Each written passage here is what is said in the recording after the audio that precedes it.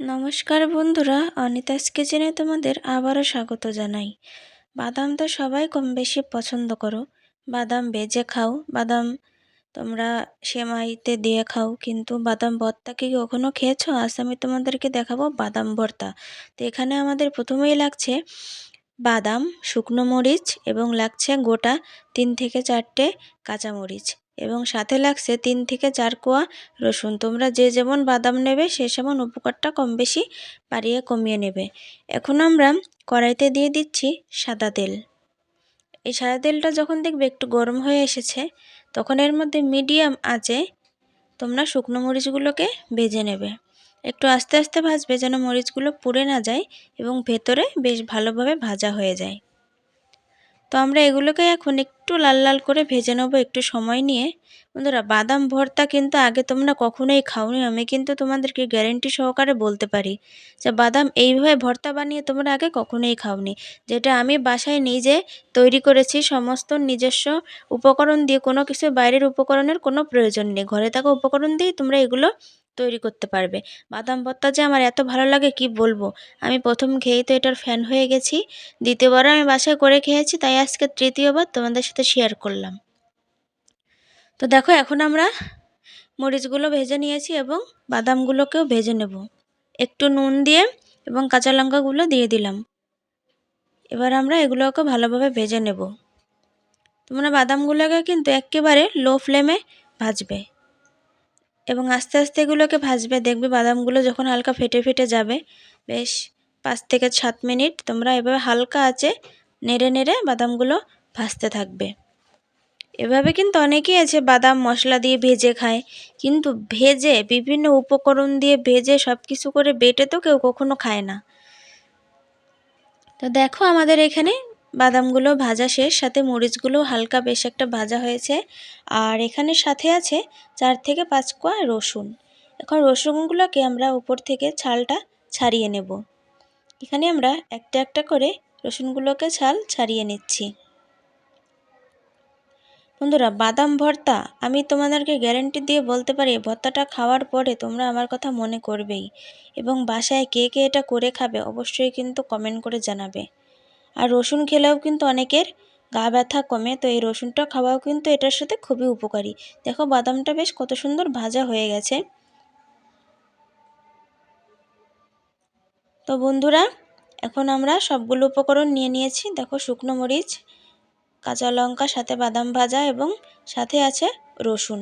এই সবগুলো উপকরণকে আমরা এখন একটা পাটায় বাটবো। তো পাটাটাই আমরা কিন্তু ভালোভাবে ধুয়ে বেশ শুকনোভাবে নিয়েছি। দেখো, পাটাটা কিন্তু একদম শুকনো, যেন ভিজে না থাকে, তাহলে কিন্তু বাদামটার স্বাদ একদমই চলে যাবে। তো তোমরা চেষ্টা করবে যেন পাটাটা ভালোভাবে ধুয়ে নেবার। এবার দেখো, এই বাদামগুলো আমরা পাটার উপরে একে একে দিয়ে দিচ্ছি এবং বাদামগুলোকে বেশ ভালোভাবে আমরা একটা বা দুটো বার ঘষে ডলে নেব। এরপরে আমরা এর মধ্যে দেখো কাঁচা লঙ্কা দিয়ে দিলাম, ভাজা কাঁচা লঙ্কাগুলো, আর সাথে ভাজা শুকনো লঙ্কা এবং সাথে দিয়ে দিচ্ছি 4 কোয়া রসুন এবং সাথে একটু নুন।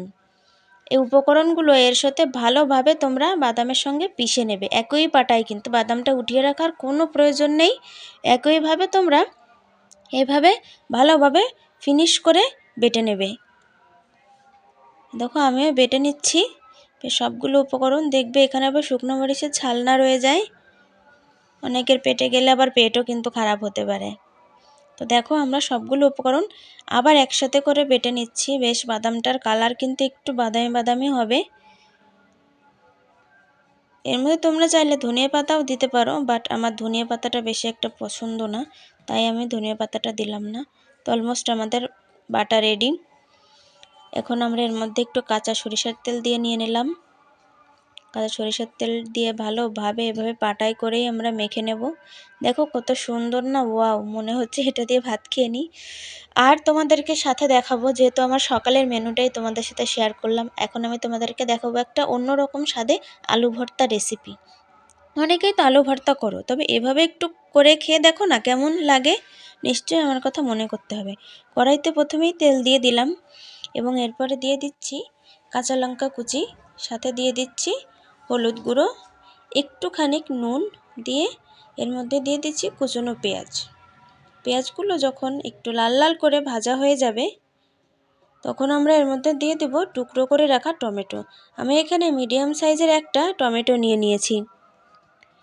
সবগুলো উপকরণ এভাবে আমরা একটু লাল লাল করে ভেজে নিয়ে তারপর এর মধ্যে দিয়ে দিব ধনিয়া পাতা কুচি এবং এখানে দেব সেদ্ধ করে রাখা আলু।